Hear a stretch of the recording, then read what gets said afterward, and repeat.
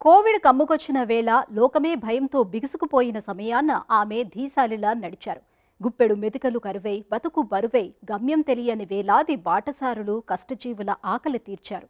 ఏ ఆసరా లేక క్షుద్బాధతో తల్లడిల్లే అభాగ్యులకు పని కల్పించారు. వారికి మెతుకు విలువను బతుకు విలువను చెప్పక చెబుతున్నారు. ఆ మానవతా పరిమళమే Sneha Mohan Das. The food bank India వేదికగా ఆహార దళంలా సేవే గమ్యంగా పనిచేస్తున్న ఆ స్నేహ గీతికపై ఓ కథనం మీకోసం.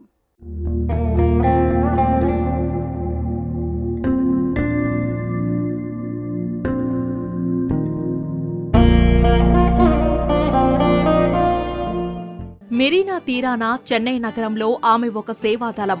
ఆమె పిలుపే ప్రభంజనమై వేలాదిగా స్వచ్ఛంద సేవకు కదలివస్తారు. క్షుద్బాధతో తల్లడిల్లే నిర్భాగ్యుల ఆకలి తీరుస్తారు.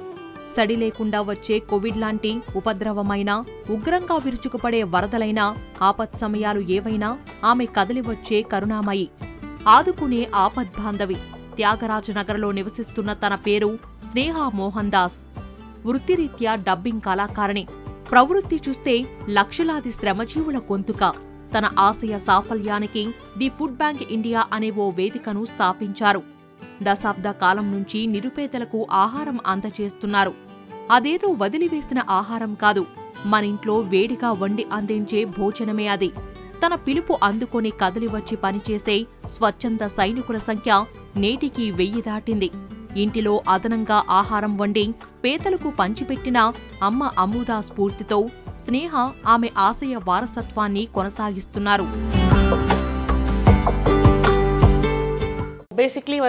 సామాజికంగా అనేక సేవలు అందించే స్వచ్ఛంద సంస్థను నిర్వహిస్తున్నాం. మా అమ్మ అనాథ బాలల శరణాలయాలకు ఆహారమిచ్చేది. అదంతా చూస్తూ పెరిగిన నేను తన స్ఫూర్తిని అందుకున్నాను. అలాంటి సేవల్లో నేటి యువతను భాగస్వాములను చెయ్యాలని ప్రేరణ పొందాను. సామాజిక సేవకు ఎందుకు సామాజిక మాధ్యమాలను ఉపయోగించకూడదన్న ఆలోచన వచ్చింది. నేను మెతుకు కూడా పారేయకుండా తింటాను. అందరూ అలా ఉంటే బావుండు. సరే, నా సేవలు అత్యధికులకు ఎలా చేరాలని నా ఆశయం. ఈ క్రమంలో ఓ ఆలోచన తలుక్కుమంది. ఫలితమే ది ఫుడ్ బ్యాంక్ ఇండియా వేదిక ఆవిర్భావం.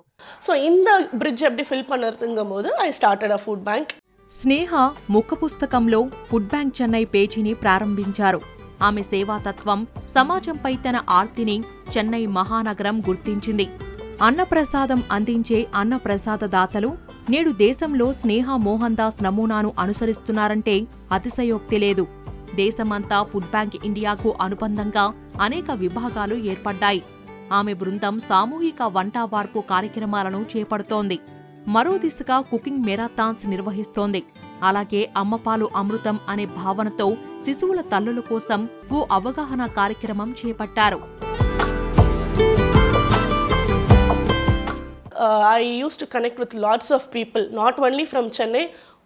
ఒక్క చెన్నై నుంచే కాదు, నాతో కలిసి పనిచేసేవారు నలుమూలలా ఉన్నారు.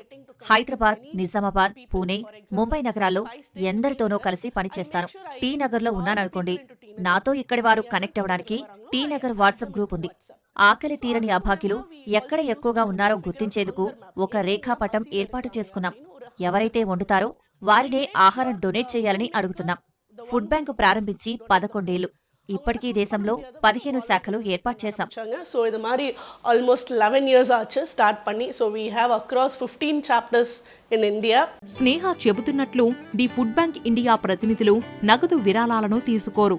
డబ్బుకు బదులు వంటకు అవసరమైన ముడి పదార్థాలను తీసుకుంటారు. స్వచ్ఛంద సేవకులు తాజాగా గుమగుములు పంచే వంటకాలతో భోజనాలు సిద్ధం చేసి గుర్తించిన కొన్ని కేంద్రాలలో పంపిణీ చేస్తారు. అలా నిత్యం అన్న ప్రసాదాలు స్వీకరించే అభాగ్యులలో పని ఇష్టం ఉన్నవారికి ఫుడ్ బ్యాంక్ ఇండియా ఆశ్రయమిస్తుంది. చిరు వ్యాపారాలు చేసి సంపాదించే అవకాశాలను కల్పిస్తుంది. వాలంటీర్లకు తగిన గుర్తింపు రావాలని స్నేహ భావిస్తున్నారు. విజయం అందరిది అని, అందరూ పంచుకోవాలని ఆమె విశ్వాసం. If they are willing to work, because there is always a say.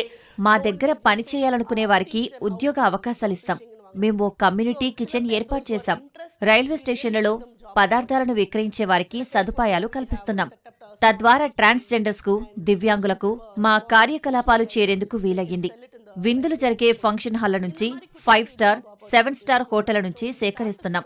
ఇందుకోసం తమకు సహకరించాలంటూ ఫుడ్ సేఫ్టీ అధికారులు మమ్మల్ని ఫోన్లో సంప్రదించారు.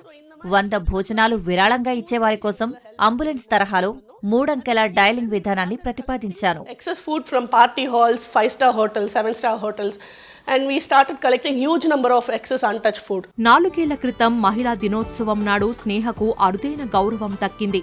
తన సామాజిక సేవను గుర్తిస్తూ ప్రధాని నరేంద్ర మోదీ సోషల్ మీడియా వేదికను ఉపయోగించుకునే అవకాశం కల్పించారు.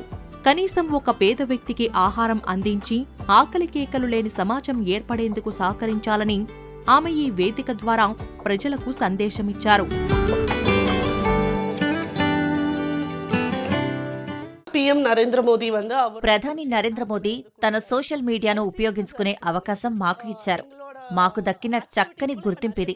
ఈ వేదిక నుంచి మేము మా ఫుడ్ బ్యాంక్ విశేషాలను ప్రపంచంతో పంచుకోవచ్చు. మా కార్యకలాపాల ఛాయాచిత్రాలను ప్రాయోజిత కార్యక్రమం ద్వారా సామాజిక మాధ్యమంలో ఉంచారు. టీంకు கிடைச்ச ஒரு recognition అదా నా పాకరే. ది ఫుడ్ బ్యాంక్ ఇండియా సేవలు చెన్నై దాటాయి. హైదరాబాద్, పూణే, దేశ రాజధాని ఢిల్లీ నగరాలకు విస్తరించాయి. వాట్సాప్ సమూహాలు వాలంటీర్ల ద్వారా ప్రయత్నాలను సమన్వయపరుస్తాయి. 1 టోకెన్ 1 మీల్ ప్రోగ్రాం భాగస్వామ్య రెస్టారెంట్ల నుంచి ప్రజలు భోజనాన్ని విరాళంగా ఇచ్చేందుకు వీలు కల్పిస్తుంది. ఈ చొరవతో ఒక్క చెన్నైలోనే 12,000 భోజన ప్యాకెట్లను పంపిణీ చేశారు. దేశంలో ఏ ఒక్కరూ ఆకలితో నిద్రపోకూడదు. అలాంటి రోజును చూడాలన్నదే స్నేహ ఆశయం.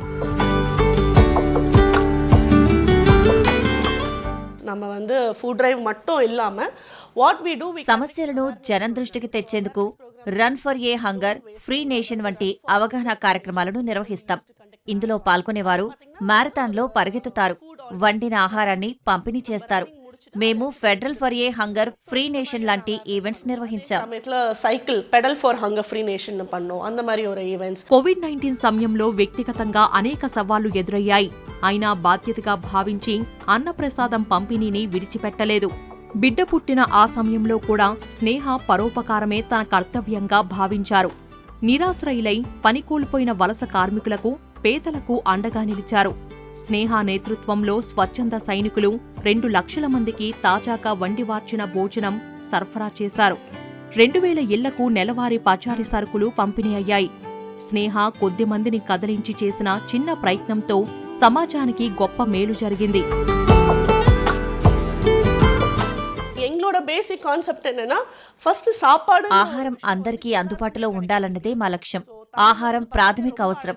అదే నన్ను, నా వాలంటీర్లను ఈ లక్ష్యం కోసం కష్టపడి పనిచేసేలా చేస్తుంది. అழிக்கவே வேண்டாம். உங்ககிட்ட இருக்கிற சாப்பாடு கொடுங்க, அதுவே போதும்.